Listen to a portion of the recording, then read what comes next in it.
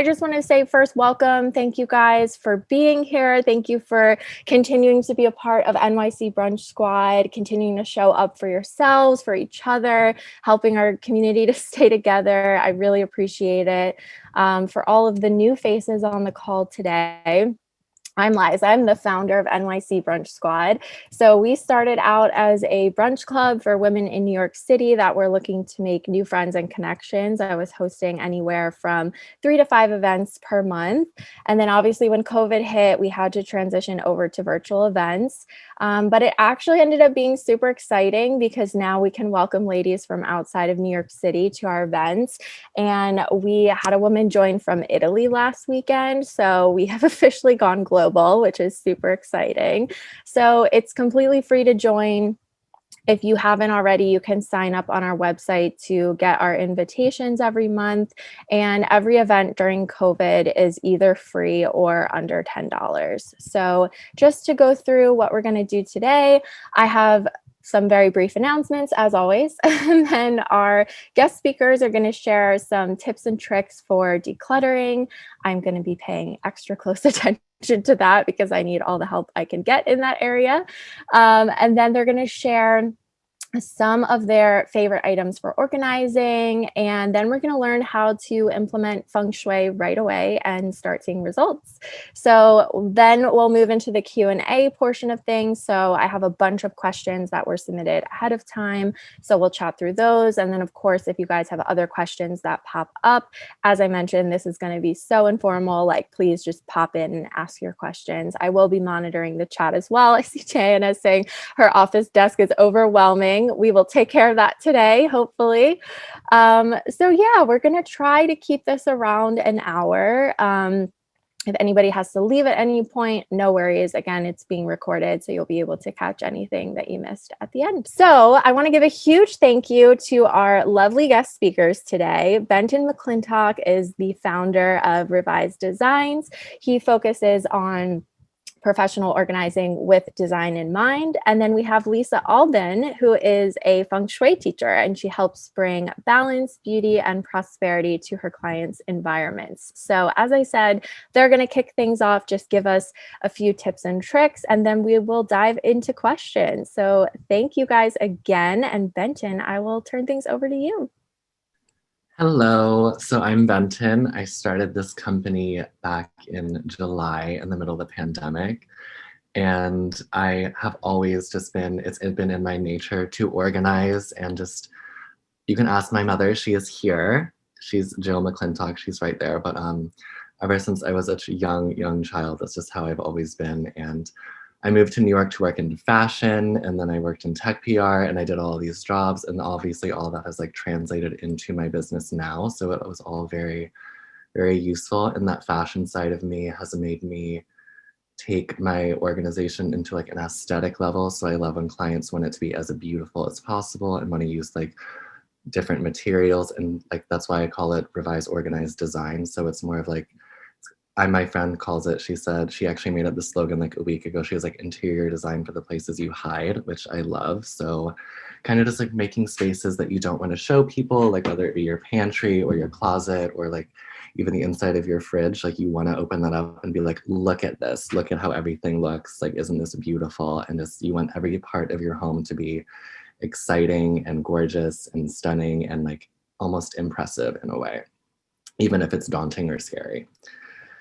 And I love that. Yeah. That's amazing. And some of the questions that came in, you actually touched on that. Like somebody actually asked about keeping a fridge organized. So I'm excited you mentioned that. We'll talk about that more. Fridges are frightening because they're always getting so dirty because they're used on a daily basis. And like you get different foods, your eating habits change, and you just have to keep all of that in mind as you grow and as you change, and as like your favorite snack of the week changes and whatever you're making that month changes. And if you have kids, like, can't even imagine. My mom would have to touch more on that, but there would be a lot more circulation going on there. And so as for like tips and tricks, I kind of just wanted to allow questions.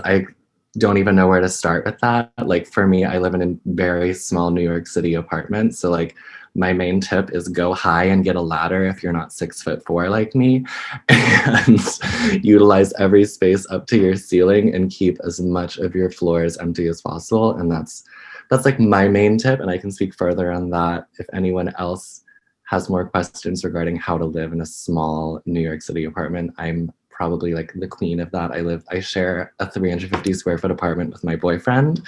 So I know how to maximize extremely small spaces. This is like the size of my high school bedroom. So I love that. Yes, that was definitely, I think it's like the third question that we'll get to, because a lot of people were asking about that. So yeah. thank you so much. And So then I'll just wait for questions, I feel like. So I don't want to like talk down anyone's throat if they don't, need what I'm saying. So I'll just wait for questions. I'm super informal, super casual, and I just want to keep it very, very conversational. trust me, we need everything you're saying. So thank you. Lisa, we'll kick it off over to you. Hi, everyone. I'm Lisa. Thank you so much, Eliza, for having me here. And you guys have a great group. I've really very much enjoyed your meditation, your breath work. The vision boarding was excellent. And what I hope to bring to you today is the explanation of Feng Shui is really taking that vision board idea and bringing it to life within your space. So think of your home as your vision board brought to life. I work with the energy, the chi, or the life force of all things in what I do. So I live with intention. And I'm always looking to create sacred spaces within everywhere, everything that I touch. My goal is always to amplify, refine, and beautify spaces so that they're inspiring and help you feel like your best self. So if you're feeling stuck, if you're feeling stagnant, you need some shui work in your life. One thing that I like to teach about feng shui is it's important to use mantras and affirmations. And that's one thing that you talked about in your vision boarding. But do everything in your life with intention. And that comes right down to your decor. It comes right down to placing objects, creating those sacred spaces. And it can be done in anywhere from a 300 square foot apartment to a 30,000 square foot home. And it really enriches you and helps you to live your best life. So that's why I'm here today. And thank you so much for all of your questions. And I can't wait, just like Benson, I'd like to, guide my answers to you and what you're interested in. And certainly I can help with those office spaces. It's one of the most popular things I'm brought in for. So nice to meet you all. Thank you so much, guys. So let's kick it off with Jessica's question, because she actually popped it in the chat as well. So she wants to know how you guys recommend organizing paperwork. So bills, receipts, mail in a tiny apartment. She says that her paper stack is always a mess.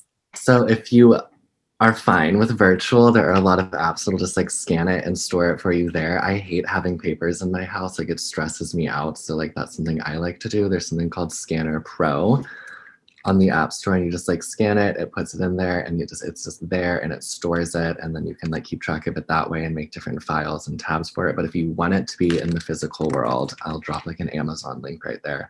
It's just like a really simple way to just separate, and then you can like code where like receipts, bills, mail, etc. is going. And or you can just get like one of those ugly little bins and just like hide it away in the bottom of your closet and separate it that way. There's really no like that I know of yet. I'm still learning as well, like beautiful way to organize all of your paperwork. I don't know, Mom, do you have any add-ons to that? You've dealt with a lot more paperwork than me. She was an accountant, so she might have another tip to add on to that. Okay, yes, I've dealt with a lot of paperwork. I'm not sure exactly what she's trying to organize. Is she just trying to organize binders of papers? Are we trying to organize receipts Bills, and receipts, mail. just documents, just the everyday life documents kind of thing? Yes, yes. I love just the plastic bins you can buy at Staples. They're just these plastic square boxes, and they have these ridges down the side that you can put hanging file folders in. I have boxes of these, and I have different ones. Oh, somebody just said they like my shelves. They're from Yeah, I was going to Girl get to that too. I have different ones for different things. Another thing that I do is, as you can see, I don't know if you can see down here, all of these binders down here, all of that. These are all photo albums from over the years that were all different shades, colors, and sizes.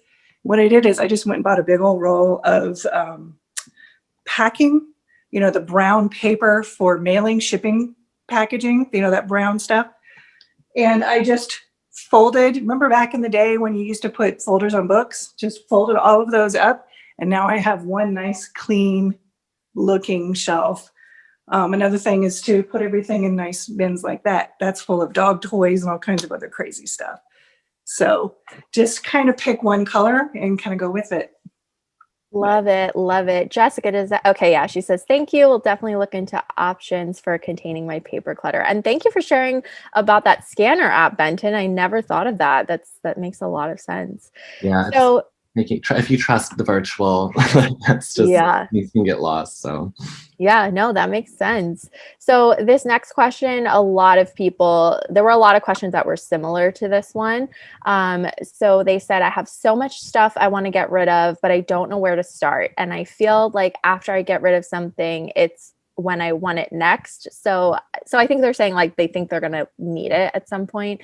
So I delay throwing it out or donating it. I want to be a minimalist because too much stuff drives me crazy, but I just don't know where to start. I've downsized homes twice in the last 4 years, each time by about half. So now I have so much stuff, I don't know where to start in terms of getting rid of things. And so similarly, somebody was like, how to be realistic when getting rid of stuff. And then another person had said, how can we get rid of stuff without having regret?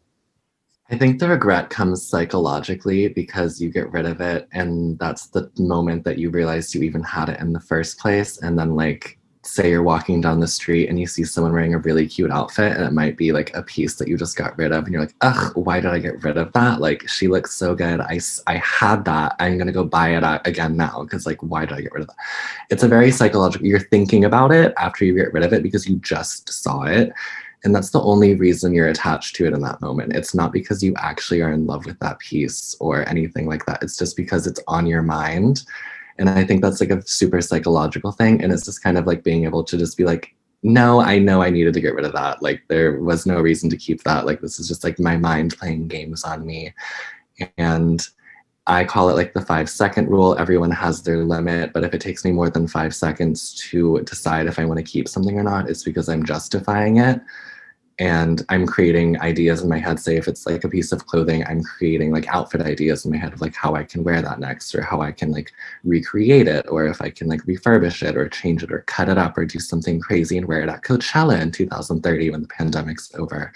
And that's like, you just, if it takes you more, give yourself a limit. Maybe yours is 10, maybe yours is 20 seconds. Everyone's different. Maybe it's 1 second, but just give yourself that limit. And if you are still thinking and justifying, you're done. Get rid of it. That's my advice. Yeah. I agree with that too. I see that a lot. And if you think about having an attachment to something, there's a lot of negative energy in that too, even if it's something that is, passed down from your grandmother, but you have this guilt when you're holding on to it, or, why am I just holding on to this stuff? One thing that I use with my clients is with something with such emotional attachment is write that object a letter, thanking it for its time with you. And, for example, a rocking chair, a rocking chair that's been passed down through the family. Write it a letter.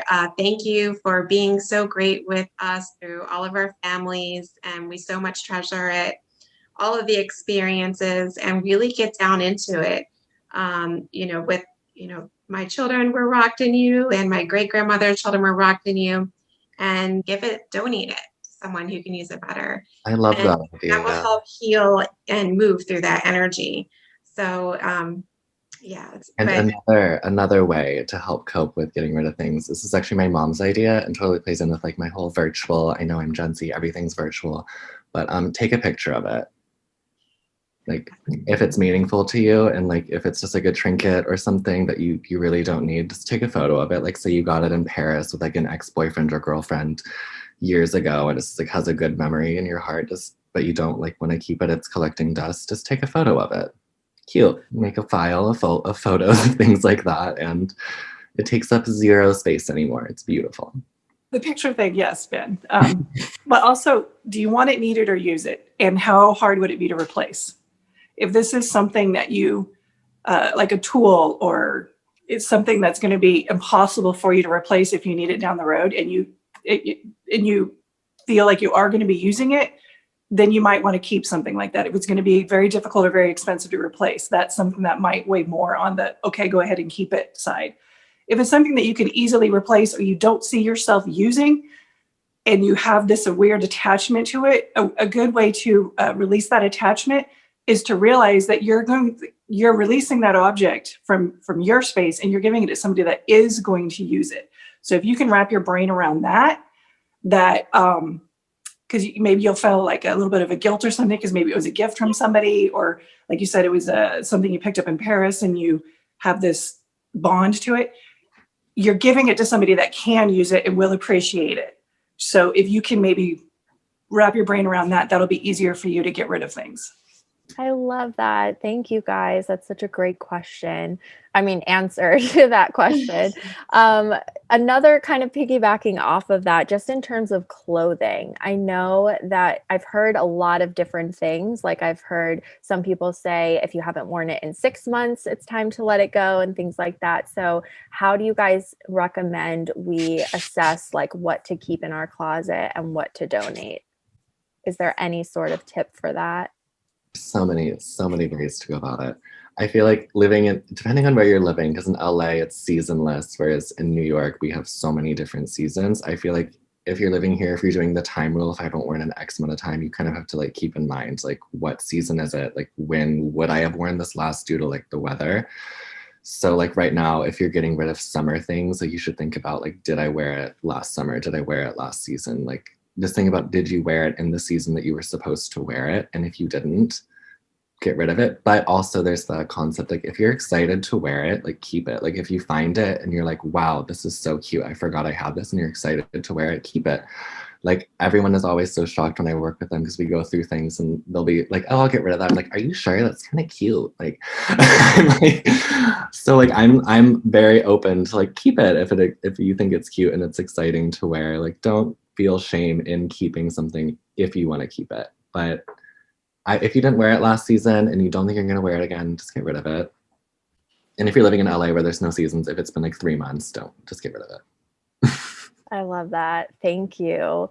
The next question you sort of already started touching on, but it's working with small spaces. And somebody said NYC apartments with 3 exclamation points.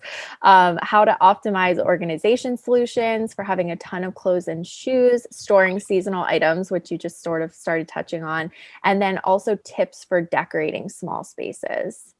So I would say for small spaces, a really great tip, and one thing that I'll recommend to everybody is taking your ego out of what you do. A great tip and a way to do that is to take a photograph of your space before you get started.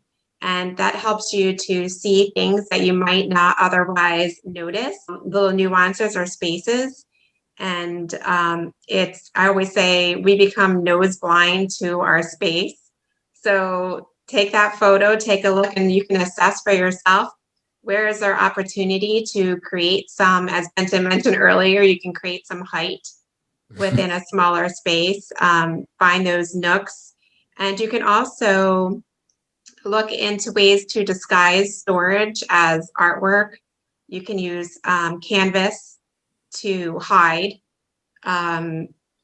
storage, or electrical boxes, or old AC units and heaters, and really try to make everything functional. So beautiful, purposeful, and functional at the same time.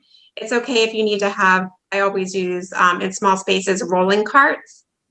I use a lot of transformational furniture. So it could be the biggest, most popular use of transformational furniture right now is a Murphy bed. I use a lot of those in small spaces where you want to have multi-purpose rooms.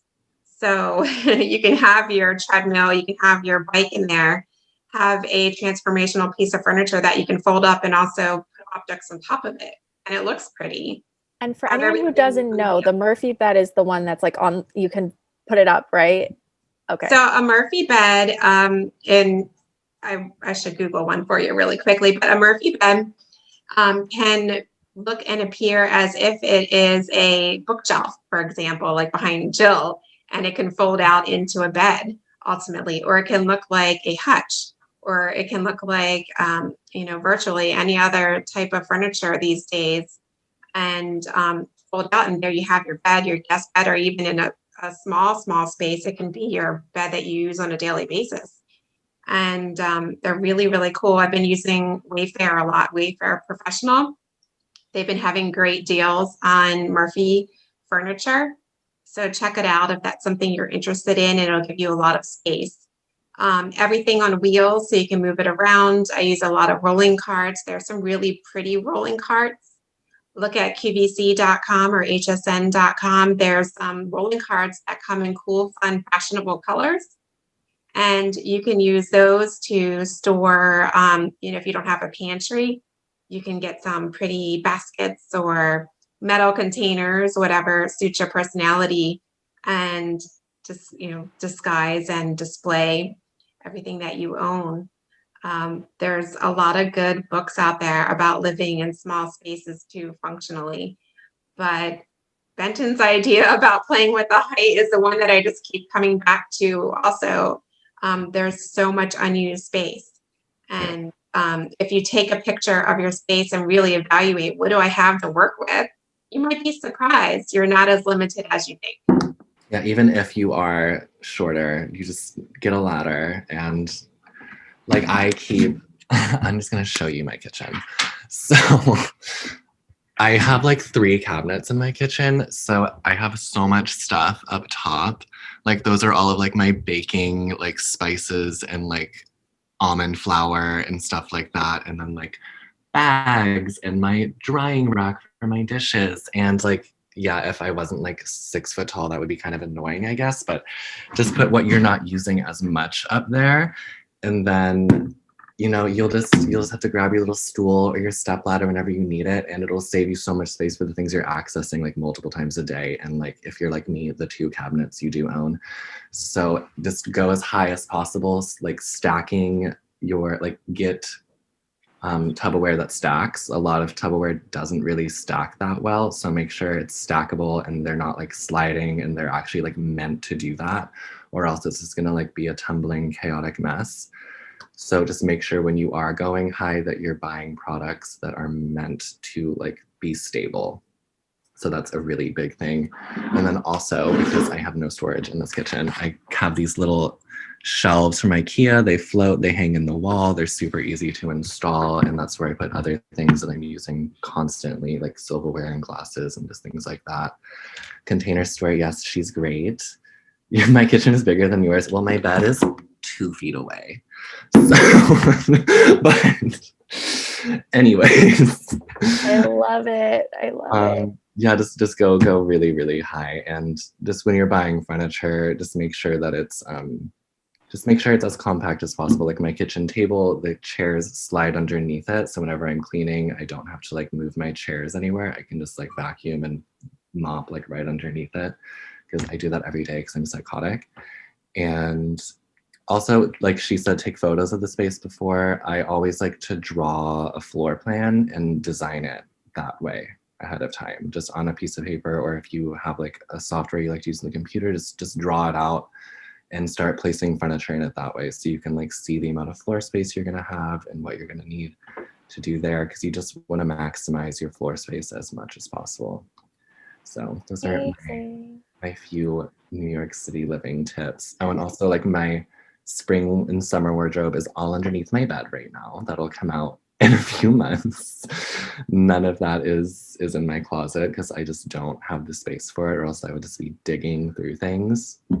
So just like take that time once the seasons start changing and just completely flip it and switch it. But I do keep a few things more accessible underneath my bed because global warming has made our earth very bipolar. Like some days it's like 65 degrees and like I don't need a parka to go to the park, but so I just have a few things underneath at the forefront that I can like pull out and grab if I want like something lighter when it feels like spring in the middle of February. When you are stacking high, when you're trying to organize small spaces and you're using as much height as possible, just always, always, always remember heavy to light. Yes. So like in your pantry, paper towels and cereal boxes and bags of chips always go at the top.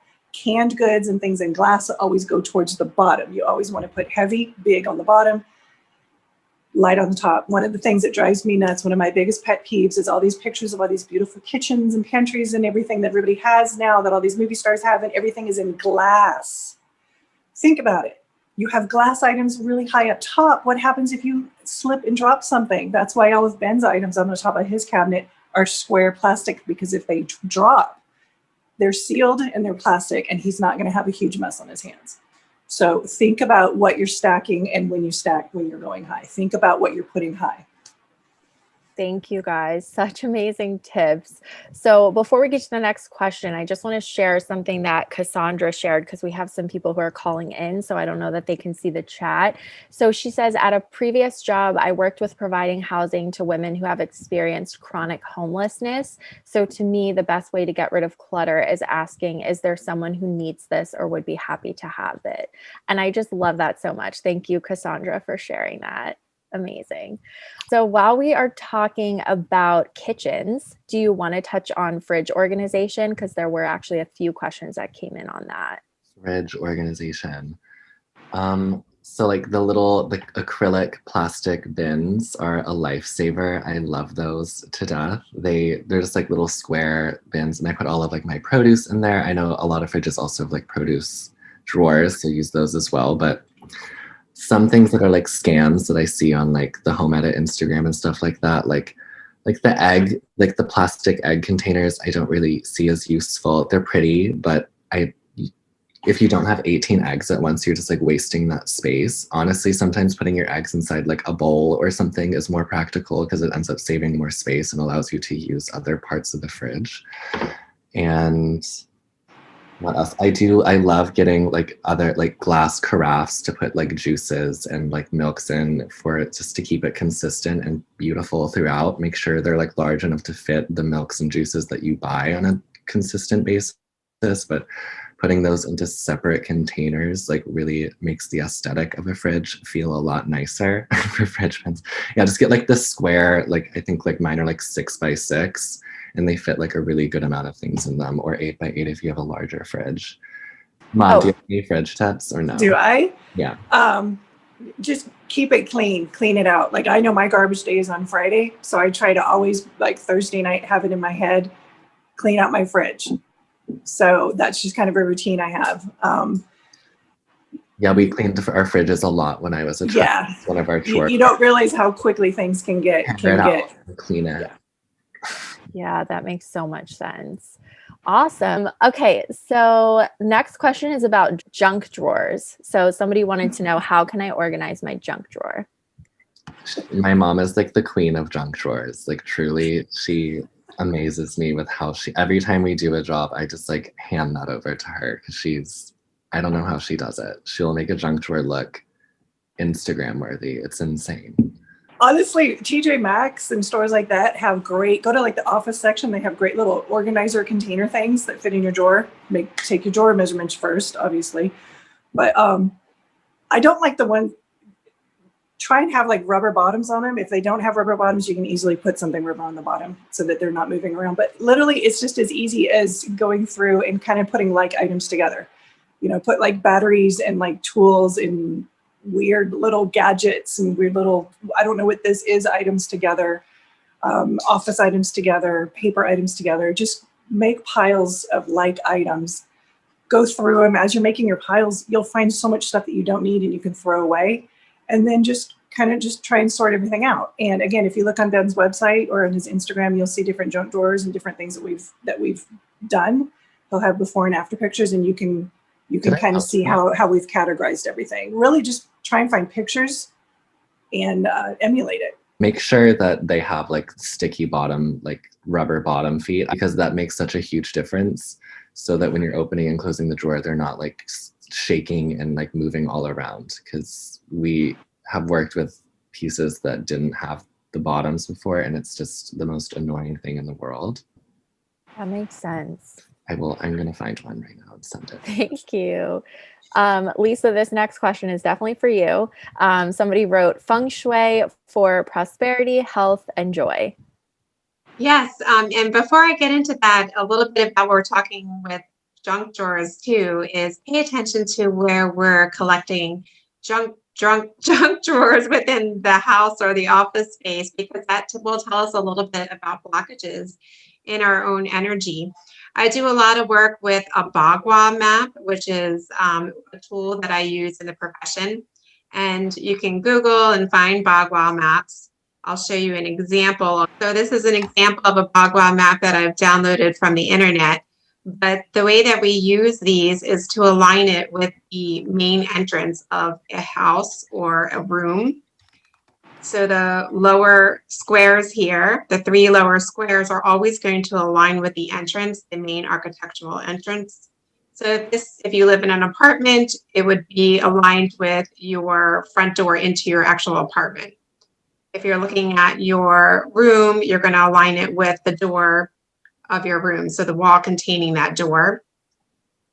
You can even go as far as to apply this Bagua map to a desktop if you want to get fancy.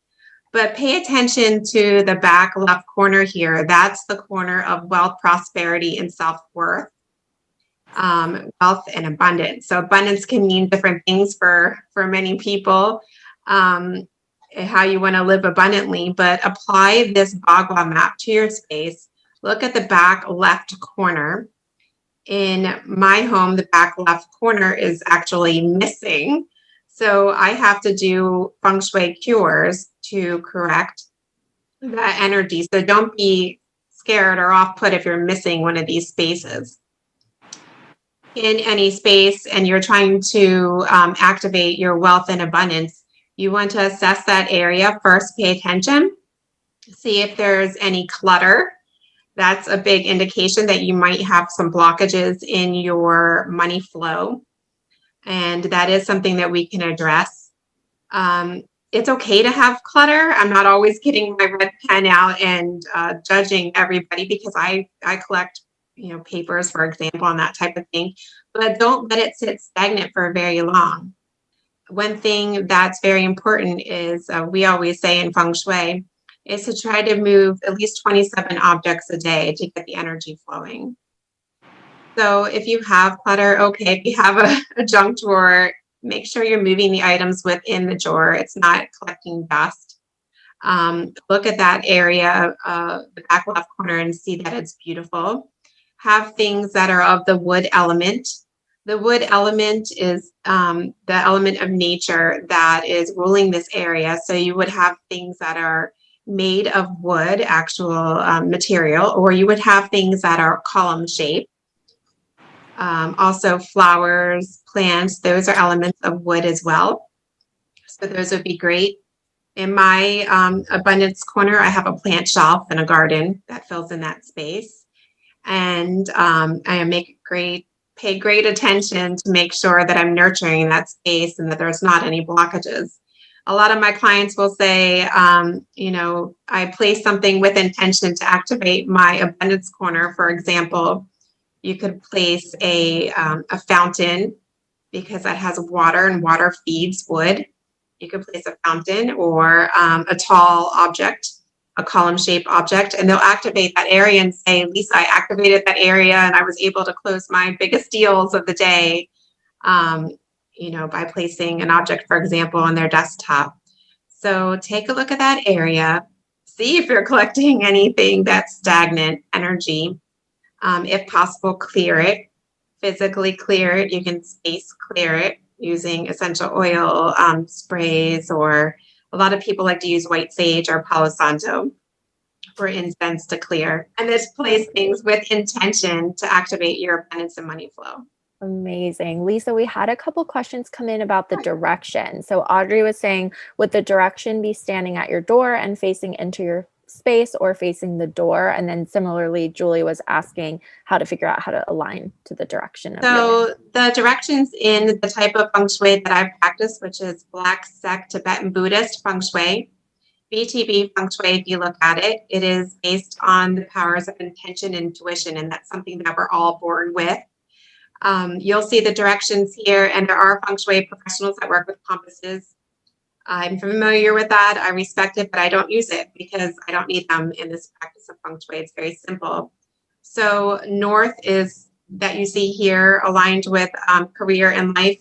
North is always going to be on the wall of the entrance. So as if you're facing your house or facing your room.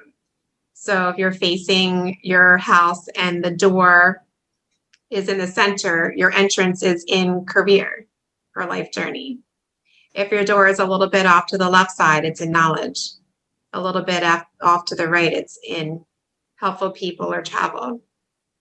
And then the center of any space is health and well-being or Tai Chi.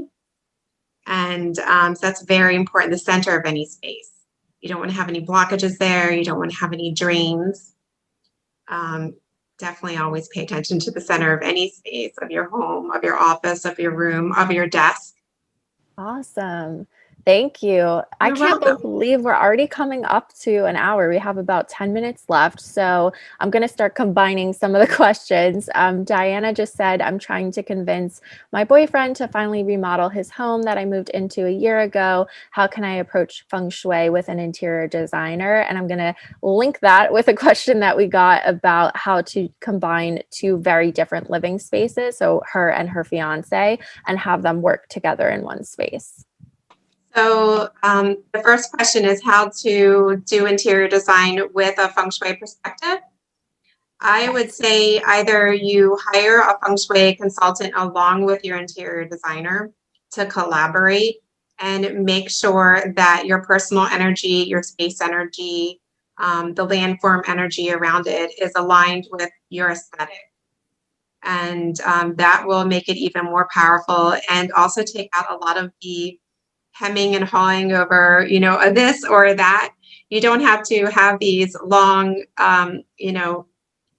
discussions with people about should we go with this or that. Well, you just look at the ancient principles of Feng Shui and there's your answer. So it saves you time. You'll get your projects done on time. I'm the director of marketing for the International Feng Shui Guild. So that's the International Feng Shui Guild. Most of us are working on a virtual level. So you can always go to the guild to find a Feng Shui professional near you, or you can work with a consultant on a virtual level. So we use things such as Zoom to look at your space and assess the energy, and it all can be done that way too. And it will make your process more fun and enjoyable, and also you'll just feel more sense of home, if that makes sense.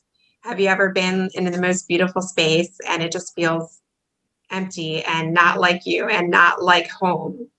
So make your design just very intentional and sacred, and you will just have that sense of home that you're looking for.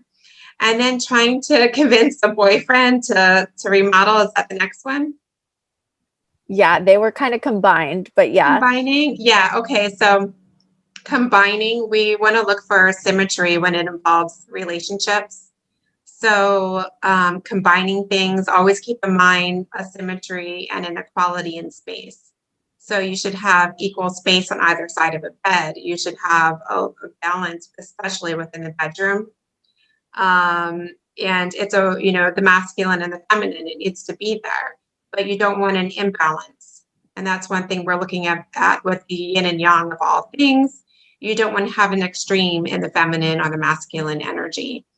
And if someone's attached to something without getting rid of it, you can do simple things like, if you want to get out slip covers and get fancy to save a bachelor couch from being let go, or if you want to be thrifty. But it's really, and again, if you bring in a consultant as a third party, that also helps the couple understand and see in a visual presentation, we are a little imbalanced. And that might help to mitigate any, disputes over, I don't want to get rid of my stuff. If you can see the visual and have that discussion and understand there's a reason why we're paring down some things. Amazing. Does that help give some some That was, insight and direction? yes, many, many amazing tips. Thank you. So I definitely want to make sure we get to the work from home space questions. So people wanted to know how to make a peaceful spot for working. Do you guys have any tips on that? Yeah, I have. So for having a peaceful, harmonious space in which you can work, where you can focus, you want to make sure first that and obviously we all share spaces, and workspaces can be anywhere within your living environment. Sometimes you work from your bed. It's not optimal from a Feng Shui perspective, but you want to make sure that you have a sturdy surface that's solid, that supports you. You want to make sure that you don't have a lot of glare and the lighting is good. You want to make sure that you are able to see the entrance of the room and that you're in what we call in Feng Shui the power position. So if you have a desk that's facing a wall or facing a corner, one way to solve this would be to get a mirror and place it on your desk so you can have visibility to the door. You can also go on Amazon and look for mirrors that you can attach to your desktop. You can just tap it to your laptop screen there, and that'll also be used like a rear view mirror that you can see who's coming in the door behind you, and that will allow you to focus and to not feel disrupted or concerned if someone's coming in behind you. Also, keep in mind the climate of the room, the scent of the room. Bring in an essential oil diffuser and diffuse something of orange essential oil, something citrus. Orange in Feng Shui is it's used in cures to help with prosperity. So it also awakens the senses. So that's a great essential oil to have over having lavender, which might subdue and relax and have that spa feeling. So I would suggest orange over lavender in that regard. And also, if you have your earphones, you can pipe in some music from YouTube that is BPM music, music with a solfeggio frequency that's going to help you focus. And you can even look, Google music to help for, work, music to help for being productive. And a whole bunch of will come up in the library, and that'll be like a level up for you to help you focus in on what you're doing.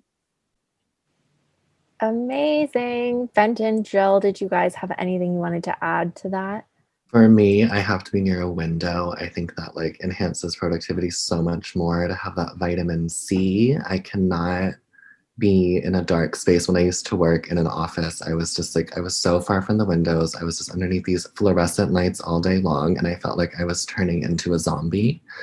So I believe being next to a window is life-changing, even if you have to temporarily rearrange your space for the day. I live in a studio, so I will literally move my table over to the window and sit by the window. Beyond that, if you have a lot of cords, for me, cords stress me out. So organize them, categorize them, separate them, tag them each with little different color-coded sticky notes, and just make sure they are all just a bunch of cords lumped up together is the most stressful thing in the world for me. And I feel even if that isn't something you're really thinking about, if you just go and go through all of your cords around your desk, your printer, your phone cord, your chargers, all of that, and just align them and separate them and color code them, it will be relieving in a way that you did not even realize. That's something for me that I think is beautiful. Getting rid of old pens that don't work is beautiful because you're not grabbing things that don't serve any purpose, because a lot of times we grab it, it doesn't work, we put it right back, just throw it away. Getting a cute garbage can, I think, is nice. Because the little things, they make a big difference. They do, the little things. I love the mirror thing though. I've never thought of that, and that's so, I'm gonna do that because that's so true. I'm always what is that? And looking. Yeah, and I like too that you're talking about putting beauty in even the most mundane things like our garbage cans, and also getting rid of things that are broken, because that all affects our energy and how we work. And make sure that when you are sitting down at your desk that you're really setting the intention for the success that you want to achieve. And that could even just be lighting a candle, for example. So changing your computer background, realize for me, it's so weird, but like having a fresh background, I'm like, yes, this is a new me. Like, let's get this done. Like that is like life-changing for me as well. Benson, I love that too. That's super. Yeah. I think everybody needs to know what works for them. Like Ben, he loves working in a coffee shop. He's one of those people that can sit in the middle of Starbucks with his laptop, with his earphones in. He's got people everywhere. He's got noise. He thrives in that. He can work and that. I am the opposite. I need to be in my office with the door closed, and I want all of you guys to leave me alone. I need my space. I need my little bubble. So know what works for you. That is huge, because what works for Ben does not work for me. So know what works for you. Another thing is Lisa was talking about different music and whatnot. Know what music works for you. They say classical is actually the best for brain stimulation. Or get a white noise machine or have a white noise app on. Because if you're at home trying to work and you have kids, put a white noise machine outside your door and turn that on, and you'll be surprised at how much that will help suppress the noise from what's going on in the rest of your house. If you need quiet, if that's what works for you. But ultimately, find out what works for you and then create your space around that. Yeah, because I literally could be in like the most insane cafe, people screaming and like dropping, and I'm like just like getting my thing. This pandemic has been hard for me, being like alone. It's difficult. I need to be around so much chaos to thrive, but I feel that. one day. Oh, man. All right. Well, you guys, we are at that 1 hour mark. So I do have one more question that I'll raise. But if anybody had any other questions that they didn't get to ask yet, please drop them in the chat so that we can get to it. But the last one that I wanted you guys to touch on is just tips for storing mementos like Broadway playbells that typically don't have a normal space in a home. I think a lot of people can relate to that.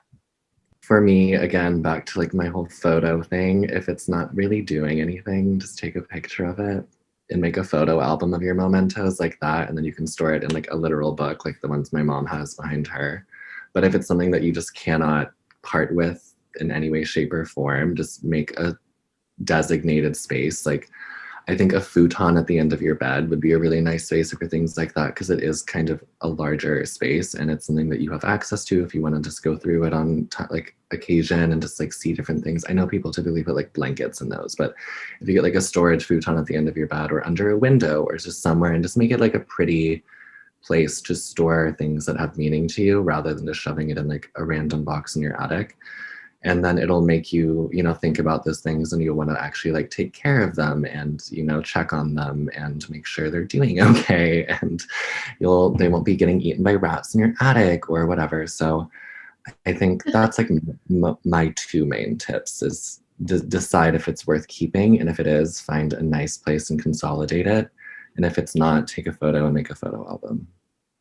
I love that. If it's something that's really, really important, like, I don't know, like how, like a playbill, I don't know if this is like a huge moment.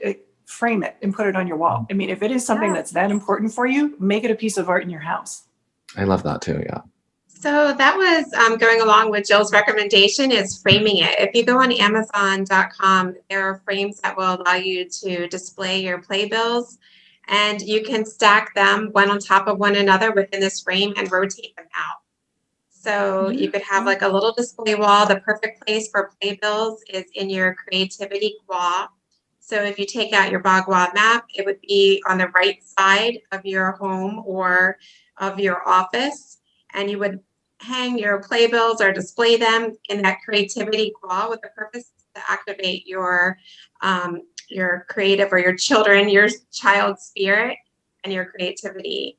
And so that would be a beautiful way to honor that, especially if it's important to you. And you've gone through your like, what does this mean to me? Either I'm going to keep it or get rid of it. But I love that frame idea. And there are storage solutions now within frames. Amazing. I know I saw an episode of The Home Edit, that show on Netflix, where this woman had this skirt that had so much sentimental value for her because she wore it in Paris and it didn't fit her anymore. So she was like, I don't know what to do with this. I don't want to get rid of it. It was like from an amazing trip that I took. And so they actually they made it like a piece of art. They basically like took this big frame box thing. I don't know what it's called, but they like put it in there with like different pictures from her trip and like did anybody see that? Does anybody know what I'm talking about? I If know what not, you're talking about, but I haven't seen The Home Edit, but I've heard great things. But that makes complete sense to me. I love it. yeah, it was really cool. I loved how they did a A shadow shadow box. box. Thank you. Yes. Thanks. I was like, I know there's a word for this. Thank you. Yeah. Amazing. All right. Well, you guys, if anyone has any other questions, please feel free to unmute yourselves and ask. We are definitely going to wrap things up here.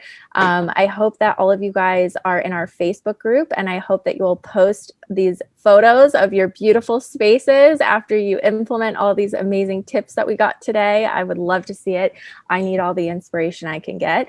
But yeah, we'll just take another few minutes if there's questions. Lisa, I know you wanted to maybe share the Yeah, mantra. so I wanted to give you the mantra or the words of wisdom that was generated from assessing our aura fields and what resulted in it. And this is something that will mean something different to each of us.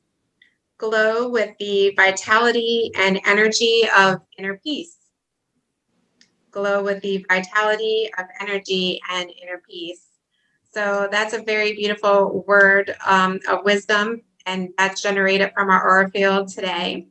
And let that carry you throughout the rest of today and setting your intentions for 2021. And it's been such an honor to connect with each of you. Thank you so much. Amazing. And I know that both Benton and Lisa are working on some amazing offers for you guys if you are interested in getting their assistance with some of the things we talked about today. So I'm going to send all of that out in the email when I send out the replay. I'll link all their social media, any of these products we touched on today. I'll be sure to put all of that in there. So keep an eye out for that. And yeah, if people have questions, last chance. Otherwise, I'll leave the room open probably for another like 5 or 10 minutes if people just want to hang out and check in. But yeah, any other last questions? Diana says she has a page of notes. And Sarah says, thank you so much for the tips. Thank you all for coming and listening to us. I had so much fun. I know, so fun. Thank you guys. Super helpful. Yeah, lots of appreciation coming through the chat.